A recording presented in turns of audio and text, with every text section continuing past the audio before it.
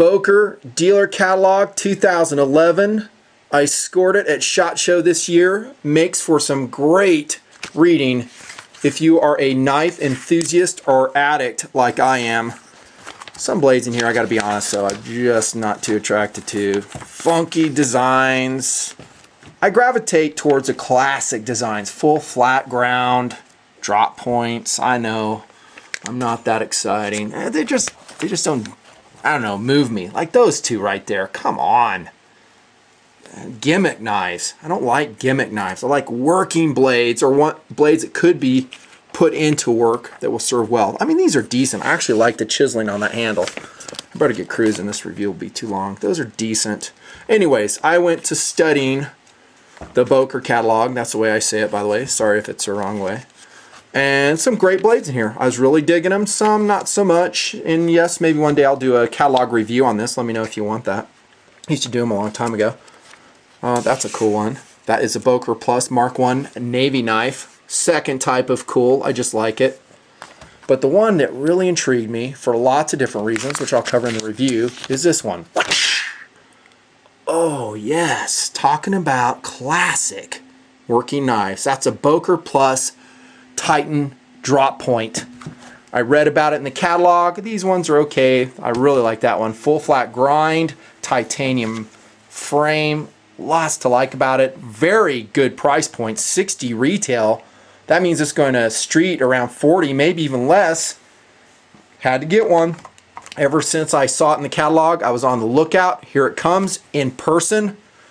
Boker Plus Titan. Nice. Love this blade. Love it.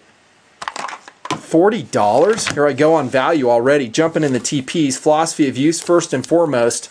I will say, this might surprise you, everyday carry blade. Yep, I know, I kind of like the smaller blades. Witness, SOG Flash 1, I've talked about that forever. Let's see, what am I carrying today? Oh yeah, Native by Spyderco, CF variety. Great carry blade, slick sides though. Everyday carry blade, you bet, primarily because it is so thin. Look at that titanium handle. Very thin, easy to carry. Like I've said in many of my knife reviews, guys, thinness is a very important attribute in comfort and whether you're going to enjoy carrying that knife according to my mileage. I know, you may differ. Tactical blade, maybe not so much. That's because I feel that it's lacking a traction plan. No jimping on the top, no jimping on the bottom. Moderately deep finger choil. I don't know if I'd want to use this as a first choice for emergency defensive use. How about collectible? Fondling knife. Absolutely.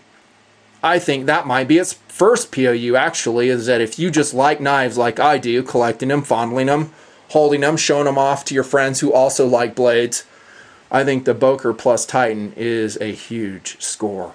Love it. Weight is also a score at 4.2 ounces. I think the catalog here says 4.5. My scale showed 4.2 after I measured it, I don't know, 3 times or so. That is in the ballpark for all the POUs I just talked about.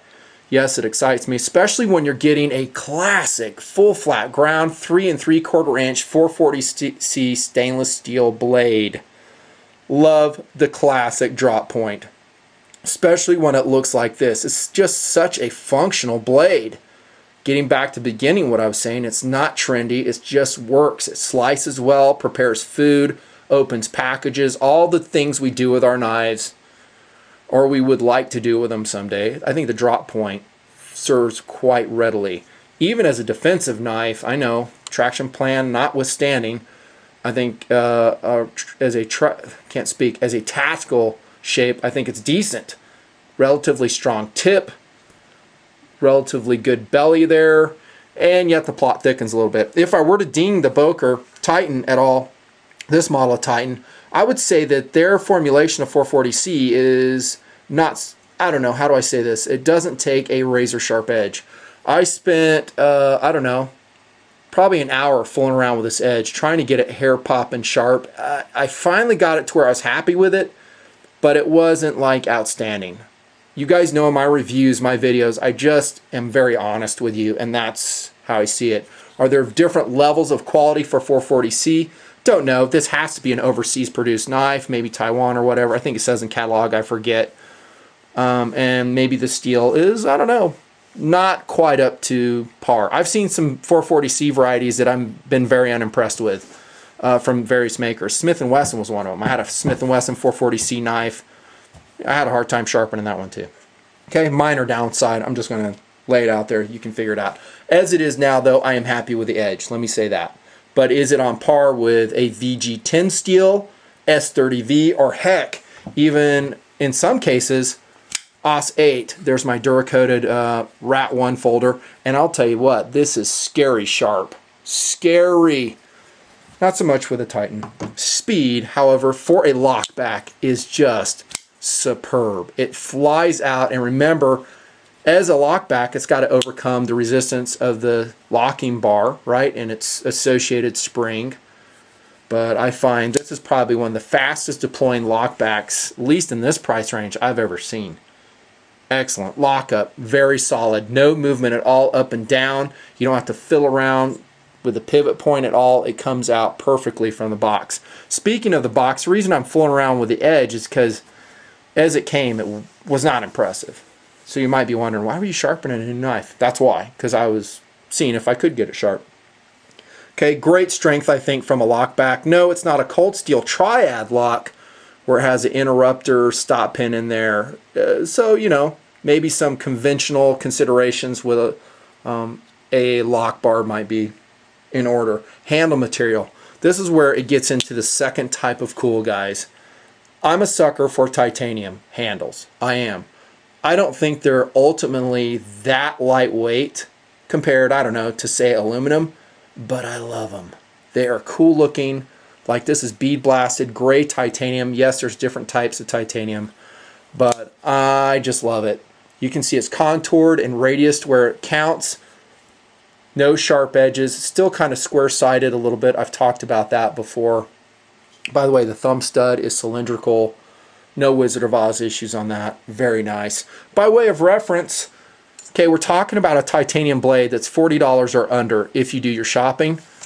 Okay, and right in the upper right is where I recommend to go get this knife, by the way. Here comes a Sage titanium frame lock by Spyderco. And this is over twice the price. Okay, granted this is a frame lock, different steel. I mean, you're talking S30V, what I was just talking about. Great steel. But the frame materials are very similar. Granted, lockback, frame lock, once again. Okay, so my point in showing you this knife is to talk about relative value. You know, over twice the price, $40 for titanium. You're not going to see that. I don't see that too often. Ergonomics, I think, you know, are excellent given the limitations, i.e. no jimping. Yes, I would love to see jimping there. They probably just left it off for aesthetics. It's a decent knife. You know, in the forward grip, if you want to go reverse, you can with an EDC blade. Would you want to? There's a lanyard hole right there. By the way, that clip, positionable to left and right carry, oriented in what I always have considered the proper orientation, tip up. Thank you very much. Love it. Polished clip. Remember, this is a $40 blade you're looking at, dudes. Pretty smoking, I think. Clip is shaped well. Seems strong. I haven't carried it a lot yet. I'm excited enough about the blade. I want to get the review out there. I think the clip is excellent, and it goes thematically, you know, along with the knife. Durability, I think, is going to be excellent.